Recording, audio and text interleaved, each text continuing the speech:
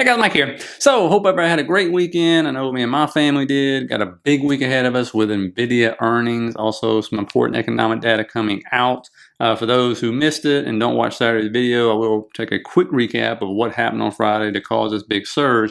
There is one thing that is very interesting though, and that is the odds of a rate cut in September. What happened after Jerome Powell said what he said, okay? We'll also go into a lot of the charts and stuff. Obviously, NVIDIA will cover, Tesla, and a bunch of others.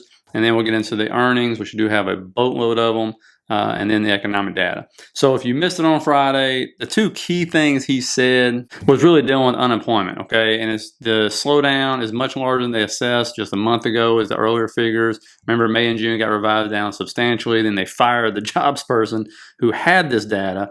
And then the next thing he said was the labor supply is softening in line with demand, sharply lowering the break-even rate of job creation, needed to hold the unemployment rate constant. Indeed, labor force growth has slowed considerably this year with the sharp fall off in immigration, and the labor force participation rate has edged down in recent months. And the key was this unusual situation suggests that downside risks to employment are rising, and if those risks materialize, they can do so quickly in the form of a sharply higher layoff and rising unemployment. Okay. Now, what's interesting about this is, remember, the market went up unbelievably. Okay? It is the odds to the rate cuts. You would think this would be 99% after that whole thing. Instead, it's only 84 for 25 basis point, and there's still a 15% chance of no cut. Remember, we had this cut over here to the left. We said, man, it might even be a 50 basis point cut.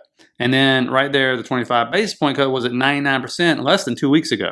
And when you look, this is what I showed you guys. I've been showing you this every couple of days. This was the beginning of last week. We were at 93% 25 basis point cut. And then there was a chance, they said, maybe even we get a 50 basis point cut. So that's very surprising for the market to do what it did. But then the rate cut odds didn't really move that much and then took the 50 basis point cut out. And you can see clearly what benefits the most from rate cuts. Real estate is definitely number one. It's been broken for a long time. Financials, of course, took off. Remember what IWM has a lot of regional banks. So that's a big thing for them. You can see the real estate, even Open Doors going crazy. Menard, Toll Brothers, and then financials, of course, all the banks and everything like that, even the fintechs, for example. So watch out for that. And so it was surprising to see that. And we're going to see if it changes because like I showed you in Saturday's video, when people say, well, what about inflation, right? That's the other mandate, employment and inflation. And I showed you guys because people say, hey, inflation or, rate cuts are inflationary. And we look back at the 3 rate cuts we got in 2024. And yes, inflation did pop up and then fell off a cliff. Okay, so, we'll see because there's something I'll show you tomorrow. And it's out of Morgan Stanley, I believe. And it makes total sense right here about, one, why you haven't seen it, why they're expecting in the third quarter to see if tariffs are going to have like that adjustment with prices going up because we're obviously seeing it from the producers and they haven't really passed it on yet as much as we, think they should have already. So, that kind of stuff we'll talk about, but I'll show you their research on that. And I thought it was really good. Now, for those who don't know, and I'm explaining why this is happening in more detail, we just became the biggest stakeholder, I say we because it's the federal government, in my favorite company, Intel. And I'm being totally sarcastic because it's a garbage company. We've wasted a lot of tax dollars on this company. But that's what we got to work with. But you can see like net profit margin, they call it the collapse. And yeah, think about the other chip companies, what they've been doing, and then what Intel's been doing. So, it's a hot mess. And so I don't know how many of you have heard of a sovereign wealth fund. Other countries have this, like in the Middle East with their oil. I think it's Denmark or Sweden, whoever it is has one. There's a few out there that have them. China has one. And usually they use the assets to back it. And a lot of them have these, what's interesting about theirs though, is they use it to like fund a countrywide pension fund for everybody. Boy, wouldn't that be nice? I don't know what we're going to do with ours. But I think this is what you're seeing the start of doing this, okay? And so that's what they have.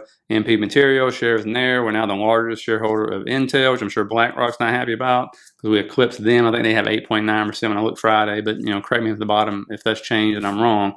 And I think we got in at $20, $21. So the truth is, you would think there's nowhere to go but up for this company, right? It's a mess. As you can see with any metric, you can compare it to the other semiconductor stocks, and you're like, oof, okay, great.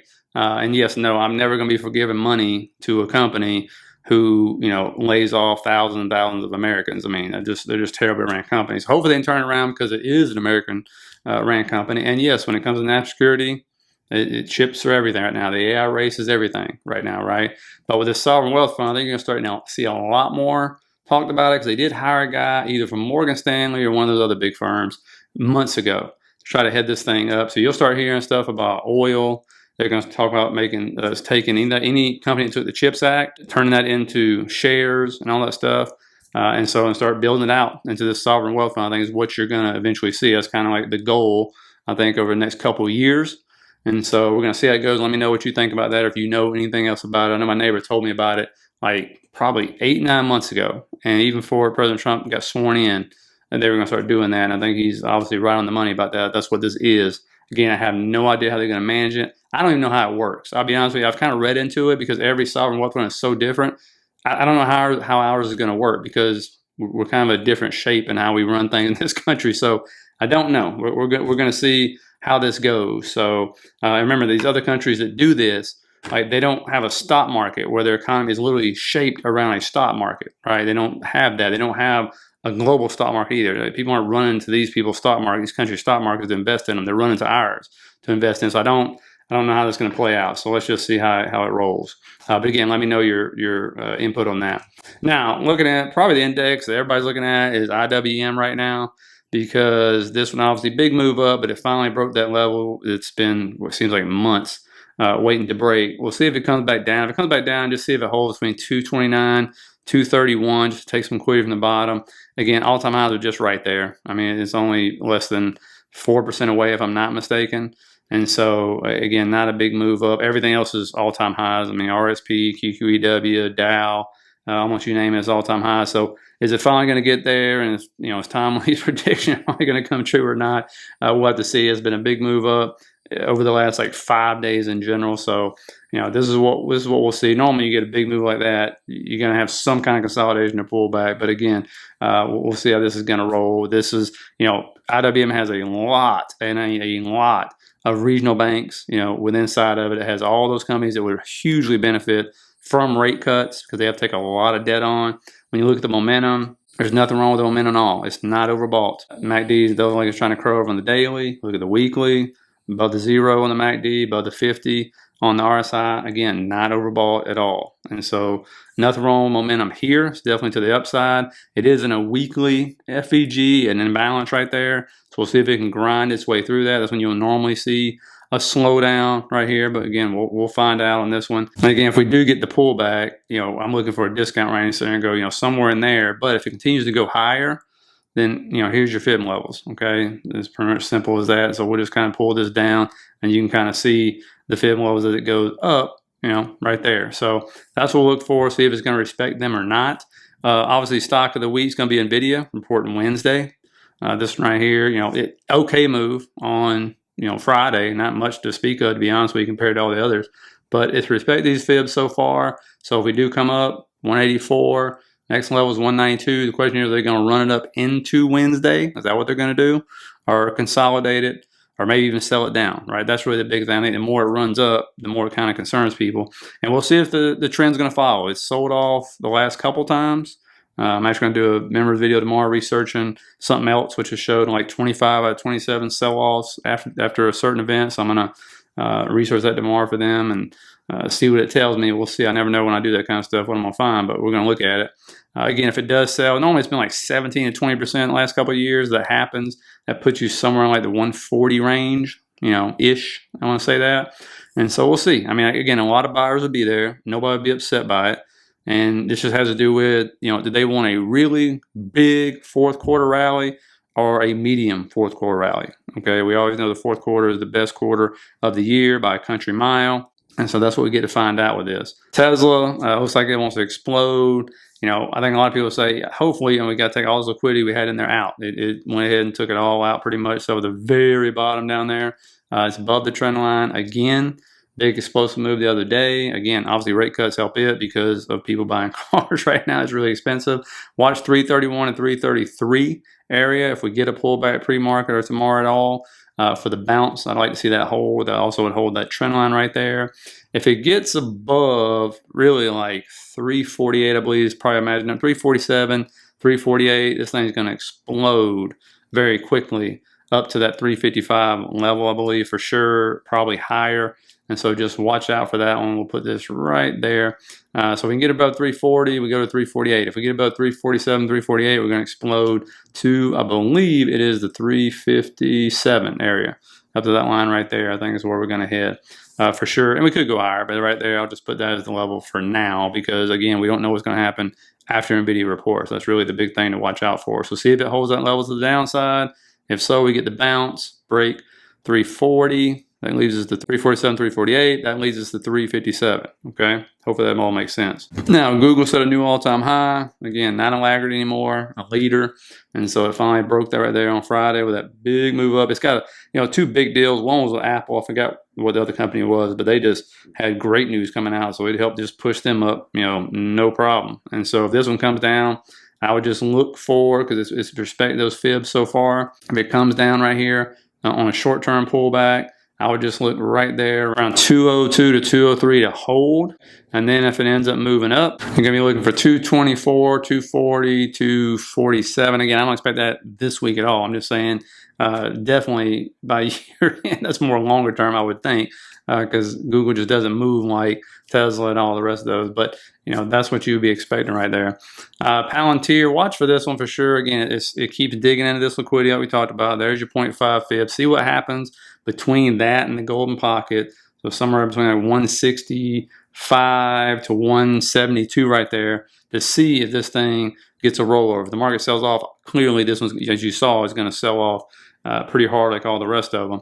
But if it does sell off and the market sells off, really, really watch that 119.34 area, because that's the last spot where you really say, man, that going down, that it really was support, right? It flipped resistance and support multiple times, and that's if we get the sell-off. I think that right there will be a big area where a lot of buyers would absolutely step in on that one for sure. Now, Ethereum, obviously, we set a new all-time high, and then immediately things just went down quick in 10 minutes, and so, that's crypto stuff for you, right?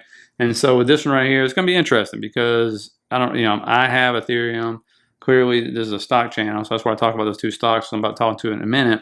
People say, like, where's it going? When you look at the next fib levels, it's 5,500, 57.34 right there, 69.07. If the market does sell off, this will sell off with it. Okay, just be very clear.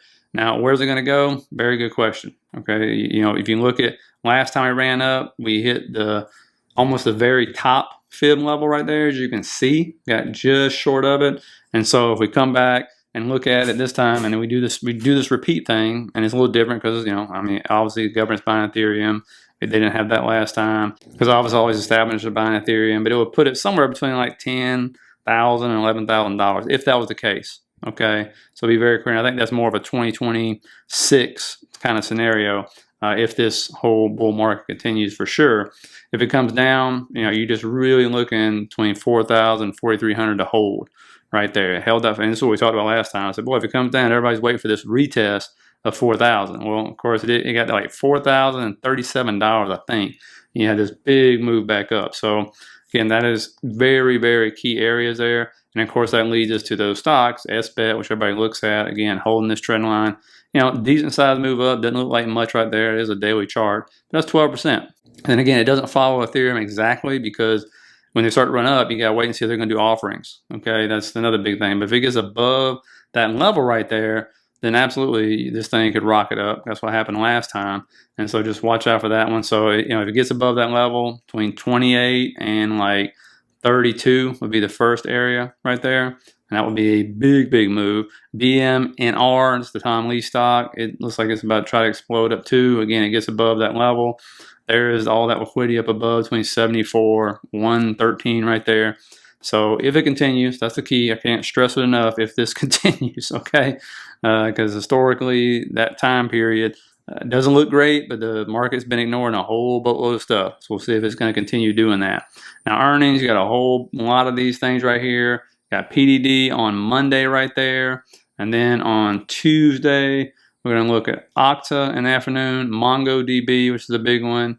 And then Wednesday is the big day. We'll end up with a bunch of retailers in the morning. Kohl's, Abercrombie and Fitch right there. Got JM Smucker, Williams Sonoma. And then the big boys in the afternoon, you got NVIDIA, obviously. That's what everybody cares about. Snowflake, CrowdStrike, HP, Urban Outfitters, Five Below, Pure Storage. And then on Thursday, again, more retailers. Dollar General, Best Buy, then you got TD Bank right there, Bath and Body Works, Burlington's, Dick's, Ollie's, and you got Lee Auto.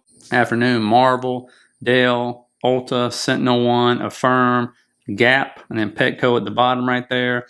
And then Alibaba will be on Friday, which a lot of people are very bullish on that one as well.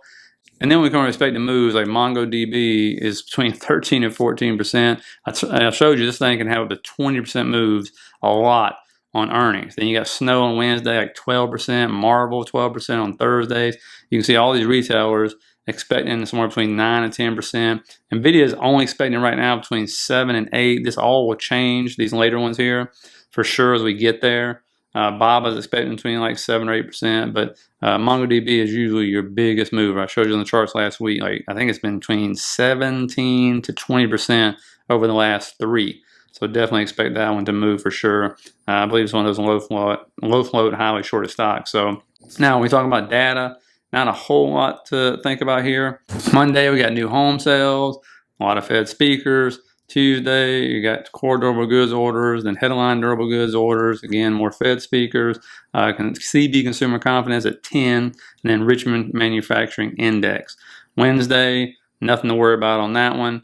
Thursday, you're sitting here with prelim GDP quarter-over-quarter, unemployment claims, pending home sales month over month, and then Friday is probably the heaviest day, core PCE price index, goods trade balance, personal income, personal spending, Chicago PMI, revised University of Michigan consumer sentiment, and revised University of Michigan inflation expectations. So buckle up for a fun one. Let me know on the bottom what your prediction is on Nvidia.